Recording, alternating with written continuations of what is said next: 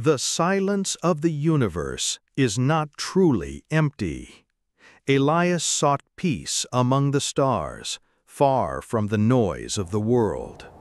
But instead, he uncovered a signal, one humanity was never meant to hear.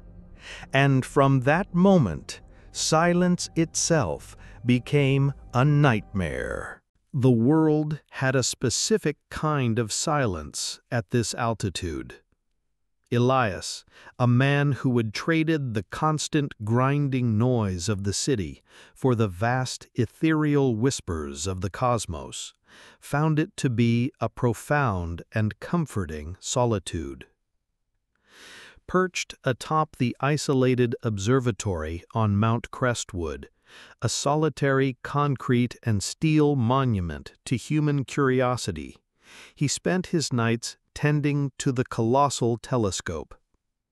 Its dome was a silent sentinel against the star-dusted velvet of the sky, its polished metal surfaces catching the faint, cold light of distant galaxies.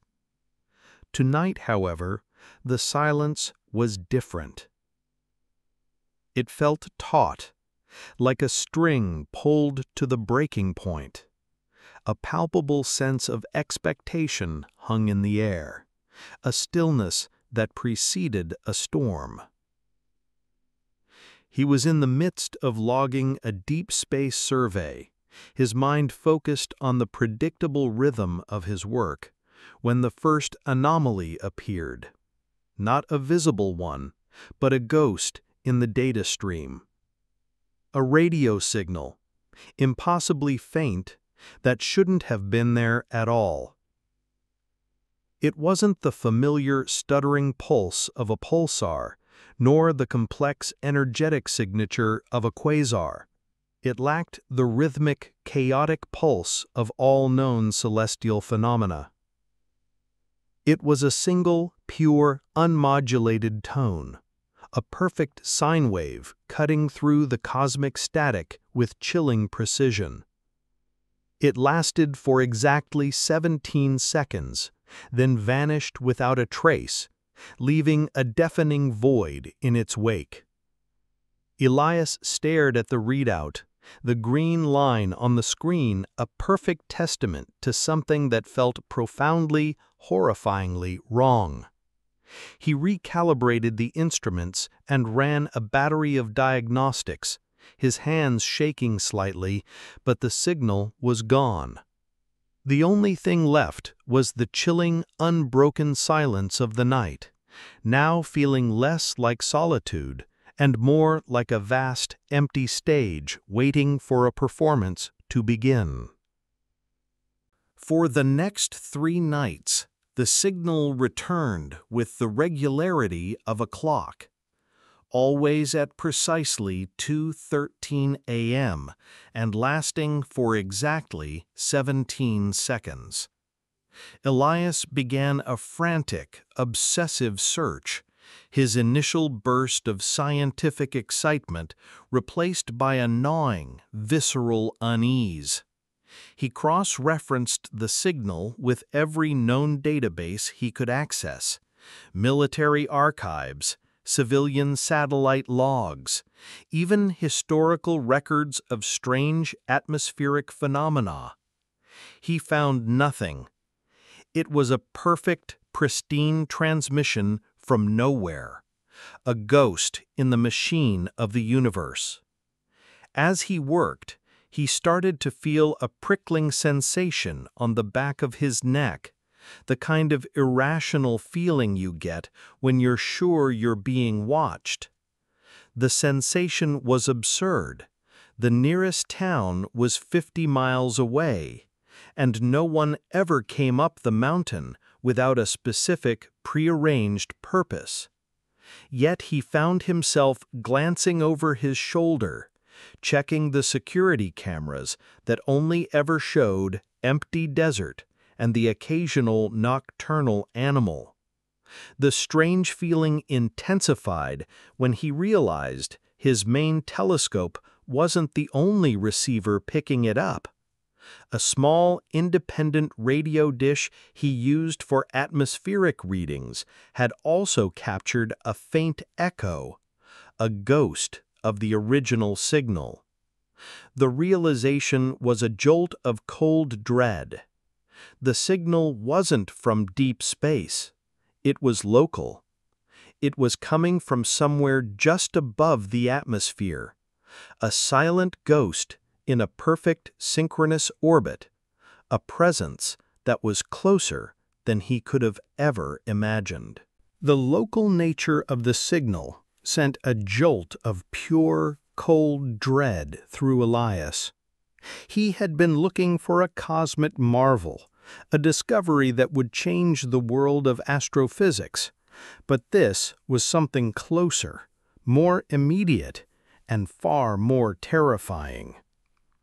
He spent his days hunched over his computer, poring over the data, charting the signal's apparent trajectory. It wasn't stationary. It seemed to be moving in a perfect, synchronous orbit, a silent, unseen partner to the Earth. He kept his discovery to himself, a suffocating secret. He knew what people would say. They would call him a crackpot, a lonely man in the desert suffering from isolation-induced paranoia. The academic community would demand proof, and he had nothing but a brief, repeating signal that defied all conventional explanation. The isolation that had once been his sanctuary now felt like a cage. The high, barren peaks, a prison without walls. He ate canned soup, his mind a whirlwind of terrifying possibilities. The perfect, artificial nature of the signal haunted him. It was too clean, too precise. It spoke of a calculated intelligence, not a natural phenomenon. The silence of the mountain began to feel less like solitude and more like the silence of a predator, patient and unseen, stalking its prey. He felt a growing certainty that he was not just an observer, but the object of an observation. Elias's routine became a ritual of pure, unadulterated apprehension. At 2:10 a.m. each night, he would sit in his control room, his knuckles white against the cool metal of the desk, his eyes glued to the digital clock. He held his breath as the seconds ticked by, each tick a hammer blow against his sanity. At 2:13, the soft, perfect sine wave would appear on the screen, a needle of soundless tension, a brief and unnerving visitation.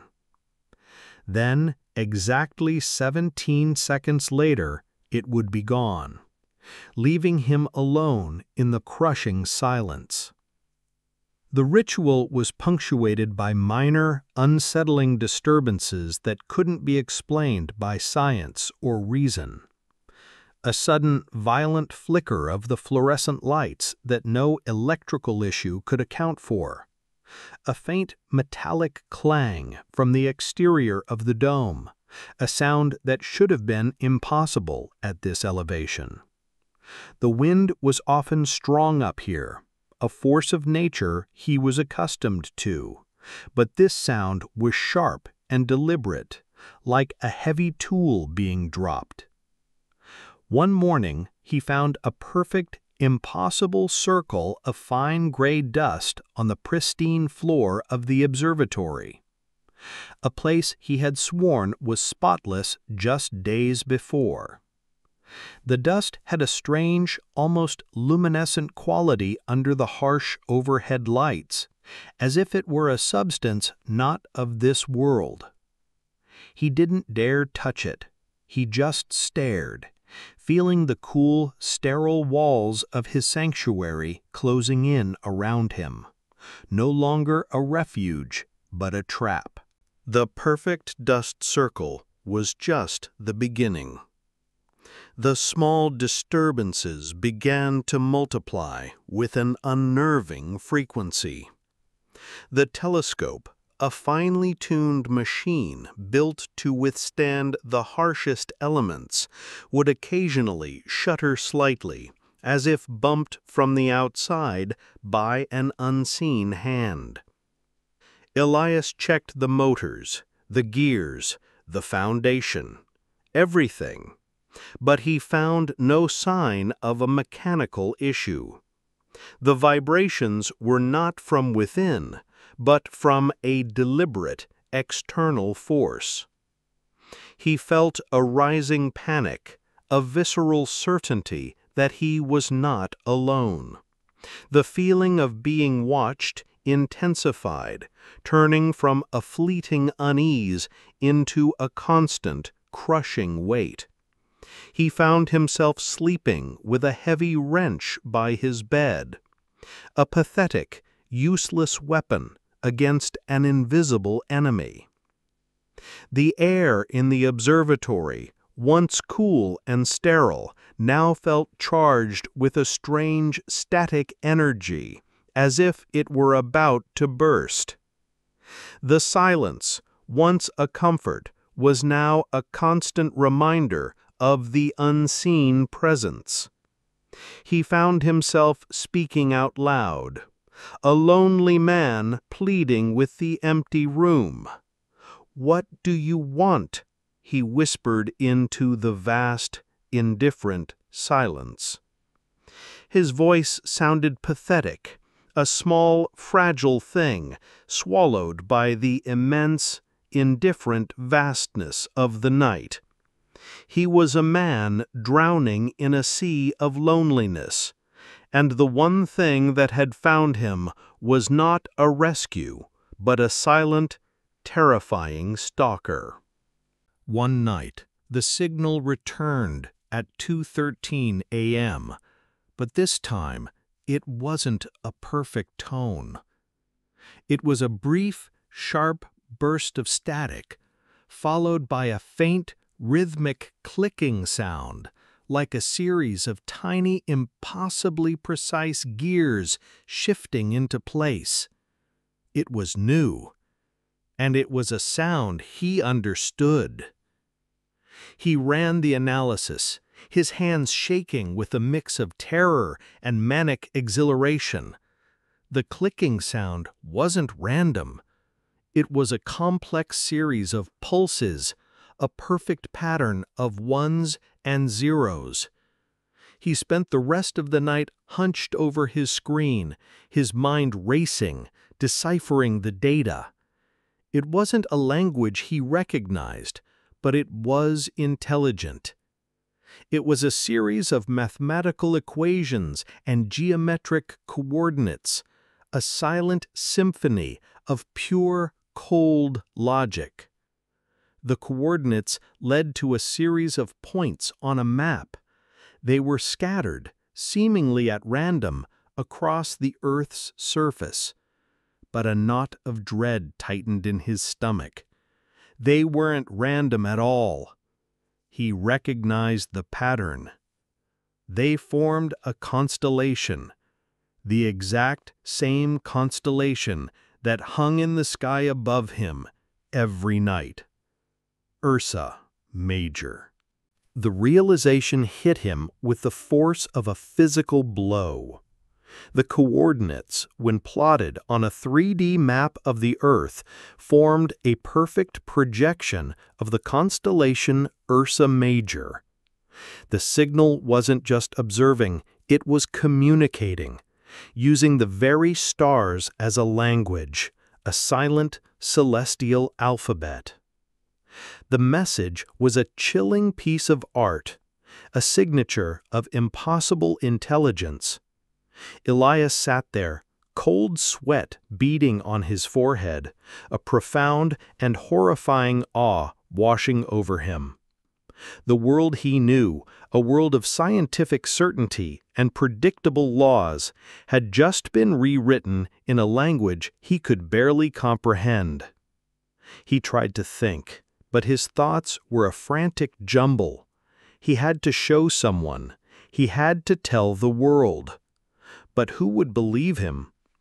He was a lone observer on a mountain, and he had nothing but a few seconds of repeating data and a bizarre pattern that could easily be dismissed as a delusion. He knew he was the only one who saw this, who understood the silent celestial message. He felt like he had been singled out, chosen, a lone witness to an unfathomable act. And the feeling was not one of privilege. It was one of being marked. The stars above, once his silent, comforting friends, now felt like the cold, unblinking eyes of an alien intelligence that had just revealed its presence. The silent signal at 2:13 a.m. now carried a new payload. The clicking pattern, the geometric message, was a constant, repeating part of the transmission, a silent taunt. Elias spent the next few days in a state of hyper-alertness. He barely slept, surviving on stale coffee and pure nervous energy. He began to notice subtle shifts in the constellations he had known his entire life. Stars that were once a certain brightness seemed to flicker, as if they were being imperceptibly dimmed. He knew it was impossible, a trick of the light, a hallucination brought on by sleep deprivation. But he swore he could see it. It was like a new layer of reality was being painted over the old one, a subtle, chilling change to the very fabric of the sky. He found himself avoiding looking up at the night sky. His favorite solace was now a source of terror. The beautiful, chaotic tapestry of the universe now felt like a meticulously crafted map of a hunting ground, and he was the one being hunted. He made a few nervous calls to his colleagues at other observatories, feigning casual interest in their work while discreetly asking if they had noticed anything strange, any subtle changes in the stellar positions. They hadn't. He was alone in this, a solitary figure in a vast, indifferent universe. And he knew he was the only one with this terrifying knowledge. Elias began to lose all sense of time. The days bled into nights, a blur of frantic data analysis. He was a man adrift in a sea of his own numbers, a shipwrecked sailor on a vast digital ocean. He forgot to eat, his mind consumed by the relentless clicking pattern that was now a constant hum in his head. He discovered a secondary, more subtle pattern within the geometric coordinates. They weren't static. The positions were shifting, ever so slightly, with each new transmission. He plotted the shifts, and his blood ran cold. The constellation Ursa Major was slowly, meticulously being rotated. The entire celestial map, the silent grand design above, was being redrawn with chilling precision. This was not the random act of a celestial body. This was deliberate, patient, terrifying. It was a clock. The shifts were happening on a precise, unearthly timescale, a countdown to an unknown event. He didn't know what the final message meant, but he knew what it was doing. It was counting down. He felt a primal terror, a cold dread deeper than any fear he had ever known. He was a witness to an act of incomprehensible scale, a slow, methodical preparation for something vast and unknown. He was a man watching the clock tick down to his own doom. The wind howled outside, a desolate, lonely sound against the cold metal walls of the observatory. But Elias barely noticed.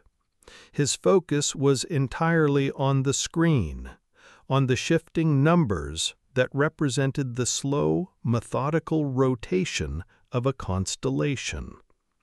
He tried to run simulations, to predict the final outcome of the rotation. But the variables were too complex, the patterns too alien. It was a game he couldn't win. A man playing chess against an opponent who used a different board. Then something new happened. The signal at 2:13 a.m. didn't just contain the clicking pattern. It also carried a new sound, a brief, faint hum. It was a low, resonant frequency he had never heard before, a vibration that seemed to have no audible source. He played it back, a single, sustained note that seemed to vibrate in his very bones. It was close to the human hearing range, but just beyond it, a sound that could be felt more than heard. It felt like a prelude, a clearing of the throat before a grand announcement.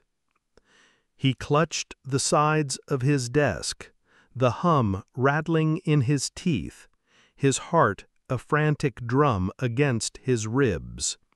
The game had just changed. The silent communication was now a physical presence. The hum wasn't just a sound.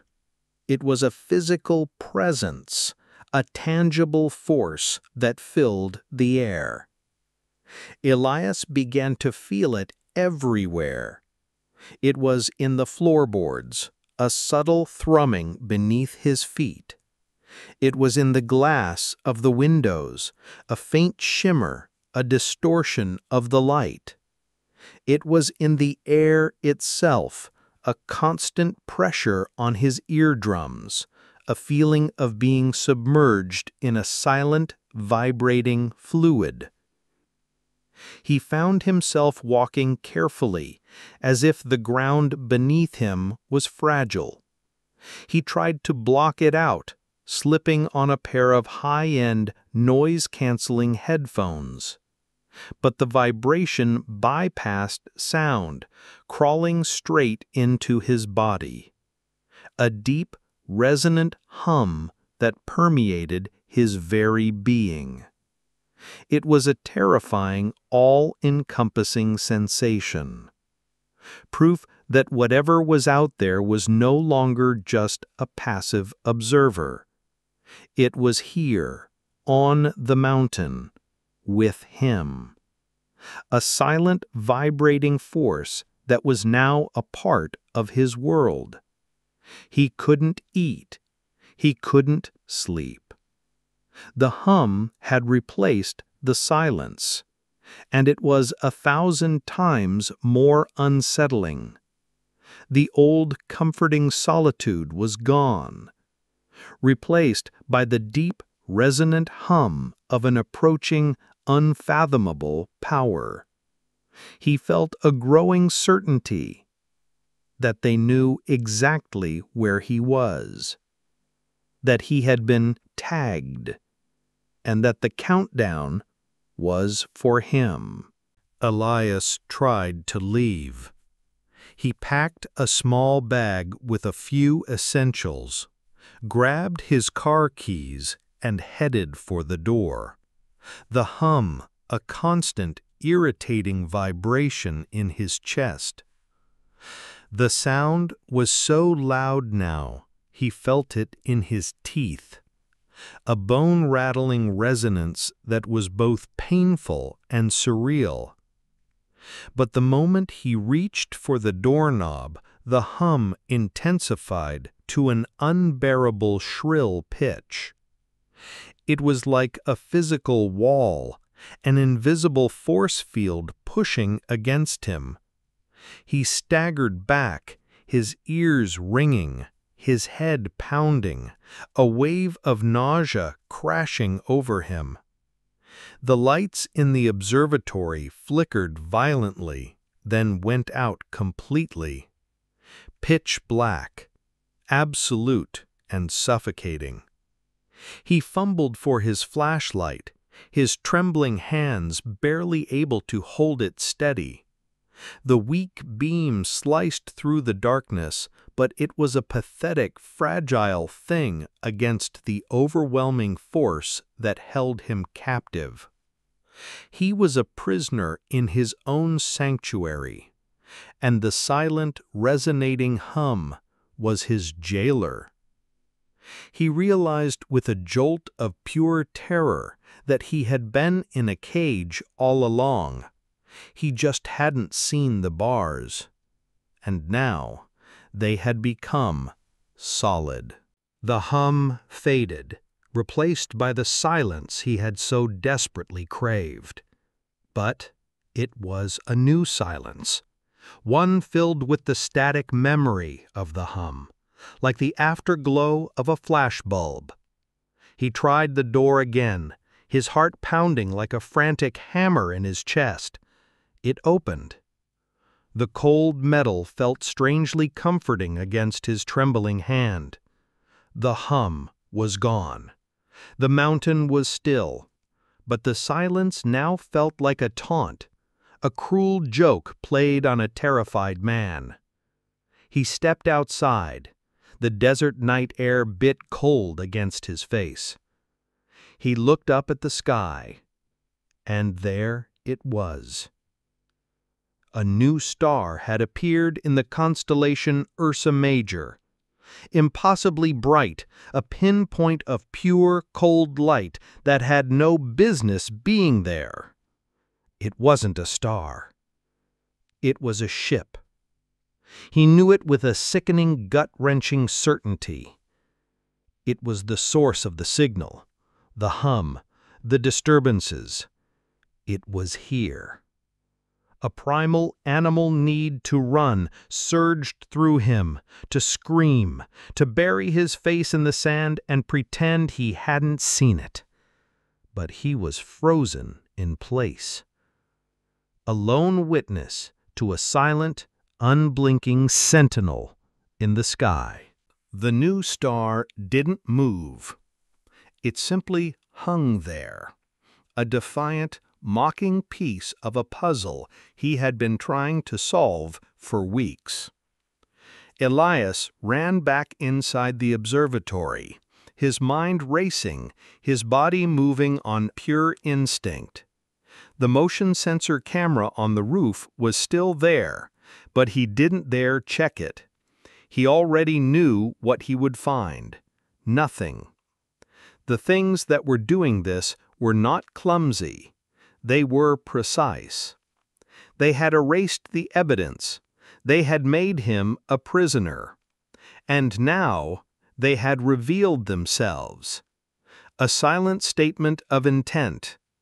A wave of nausea swept over him, a cold certainty settling deep in his gut. He was not the victim of some random event. He had been chosen. He was the only person on the planet, at least as far as he knew, who understood what was happening. And the knowledge was a terrifying, suffocating burden. He wanted to call someone, to yell his discovery into the night, to wake the sleeping world to the silent horror that had arrived. But the words felt trapped in his throat, a silent scream that no one could hear. He had no one to tell. He was just a man on a mountain, and the silent watcher above was his only companion. The night passed in a slow, agonizing crawl.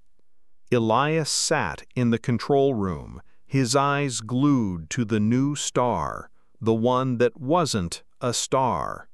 The observatory's lights were still off, and the backup generator refused to start. Its silent refusal felt like a message of its own. He was alone in the dark, with only the faint green glow of the telescope's monitors for company, a pale imitation of the stars he once loved. He watched the screens, the endless data streams, but there was nothing new. The signal was gone, the hum was gone, and the new star simply hung there, a silent statement of intent. The dread that had been his constant companion now felt like a crushing weight, a physical force pressing down on his chest. He felt a strange sort of resignation, a surrender to the inevitable. He had fought, he had tried to run, but there was no escaping a force that could alter the very stars in the sky, a force that could turn his home into a cage. The finality of it settled over him like a shroud. He was at their mercy, and he had no idea what mercy meant to something that spoke in constellations, something 1,000 times more intelligent than he was. The dawn finally came, a slow red wash over the desert. The sky lightened, and the stars, even the false one, vanished from sight. Elias felt a brief, pathetic surge of relief, but it was short-lived. He knew it was still there, hidden by the blinding light of the sun, a silent sentinel in the sky. He tried to start the generator again, checked the wiring, the fuses, the fuel line. Nothing. It wasn't a mechanical failure. The generator had simply been deactivated by an unseen force. He was stranded. The nearest road was a 2-hour hike away, and the thought of leaving the observatory, of stepping out into the open, filled him with paralyzing fear. A primal terror rooted him to the spot. He felt a new, more profound dread. The silence of the day, once a relief, now felt like a vast, empty stage for what was to come. He was a small, fragile figure in a wide, open landscape, and he knew he was being watched, every move scrutinized, every thought catalogued. Elias spent the day in a state of suspended terror, a silent movie playing out in his head. Every shadow seemed to move, every gust of wind carried a hidden whisper. He ate a cold can of beans, the metallic taste a strange comfort against the surreal fear that had become his constant companion. He decided he had to try. He had to hike down the mountain. He couldn't stay here, trapped like a fly in a bottle, waiting for the inevitable. He packed a small bag with water and food. With trembling hands, he opened the observatory door. He stepped outside. The sunlight was harsh and blinding against his sleep-deprived eyes. He took a few steps. His boots crunched against the gravel. And then he stopped. A new sound. It was high-pitched, almost musical, a soft, crystalline chime drifting from the sky. It was faint, but it was everywhere. He looked up, shielding his eyes from the sun.